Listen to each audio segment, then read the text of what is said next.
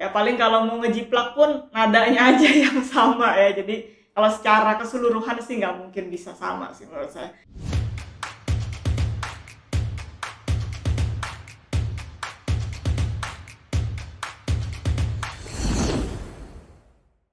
Hai teman-teman Nora, welcome back. Kalau misalkan murid saya ada yang mau main satu karya baru nih, saya biasanya suruh juga untuk lihat referensi permainan gitaris lain. Karena buat saya itu akan menjadi sebuah inspirasi ya, dan kamu ngelihat banyak hal lah, bisa belajar banyak hal. Nah, tapi kadang-kadang ada beberapa murid yang takut nih ngelihat permainan gitaris lain karena takut ngejiplak katanya. Takut saya nggak original lagi nih, saya maunya interpretasi saya itu otentik dari diri saya sendiri, nggak mau ngikutin gitaris lain. Nah, saya selalu bilang, kamu nggak mungkin 100% ngejiplak permainan gitaris lain. Kenapa? Karena kita itu setiap individunya ya unik.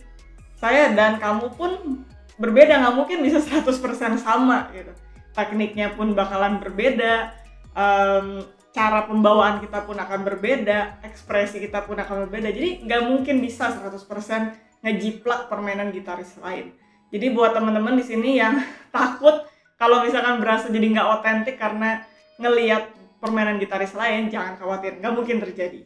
Nah justru menurut saya itu bisa jadi proses pembelajaran yang sangat penting ketika kita bermain sebuah instrumen. Bahkan referensi ini pun sebenarnya nggak harus dari sesama gitaris ya.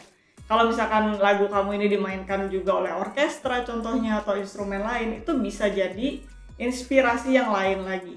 Nah buat saya ada 3 hal yang bisa kita pelajarin ketika kita melihat permainan musisi lain dengan karya yang sama. Yang pertama, kalau misalkan kita ngelihat gitaris lain, itu kita bisa pelajarin juga teknik ya dari gitaris tersebut.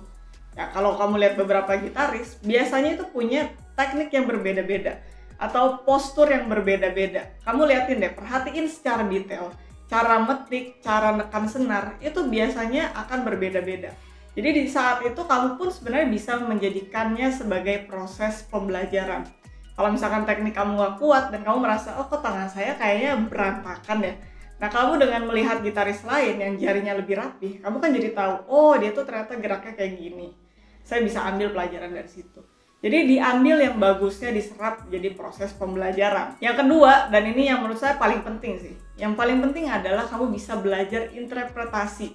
Gimana caranya musisi-musisi lain ini mengekspresikan musiknya, membawakan pesan dari musik yang dimainkan. Dari segi dinamik, tone, color, phrasing. Jadi ini benar-benar penting banget ya. Karena saya selalu bilang, kita itu sebagai pemain instrumen ya harus menyampaikan pesan. Nah kadang-kadang sebagai pemula atau yang baru belajar untuk ngulik interpretasi, itu tuh kadang-kadang kita bingung, aduh saya maininnya ini harus kayak gimana ya, gimana caranya saya mau nyampein pesan bahwa ini sesuatu hal yang bahagia atau sesuatu hal yang sedih, gimana caranya saya mengaplikasikan itu di teknik gitar. Nah ini kamu bisa pelajarin dari melihat musisi lain ya, jadi itu yang kedua. Nah yang ketiga adalah kamu bisa mendapatkan motivasi dari musisi lain. Kenapa? Karena biasanya kalau kita sudah latihan satu lagu dengan lama, biasanya ada rasa kebosanan di situ, ada rasa frustasi juga di situ. Nah, dengan kamu melihat musisi lain bisa memainkan karya tersebut dengan indah, dengan effortless contohnya, kamu bisa jadi dapetin motivasi juga bahwa oh dia tuh juga bisa loh. Dia pasti juga pernah melewati proses pembelajaran kayak saya juga dan dia bisa berhasil memainkan lagu tersebut. Jadi itu bisa membangkitkan semangat kamu lagi. Jadi again, jangan takut kalau misalkan kamu bakalan ngejiplak musisi lain karena nggak bakalan bisa 100%. Ya paling kalau mau ngejiplak pun nadanya aja yang sama ya. Jadi kalau secara keseluruhan sih nggak mungkin bisa sama sih menurut saya. Ingat bahwa kamu itu unik, hanya ada satu kamu di dunia ini. Nah makanya gunakan itu untuk mengekspresikan juga karya yang kamu bawakan. Alright, itu sedikit thoughts saja dari saya. Thanks for watching, I'll see you in the next video. Bye-bye.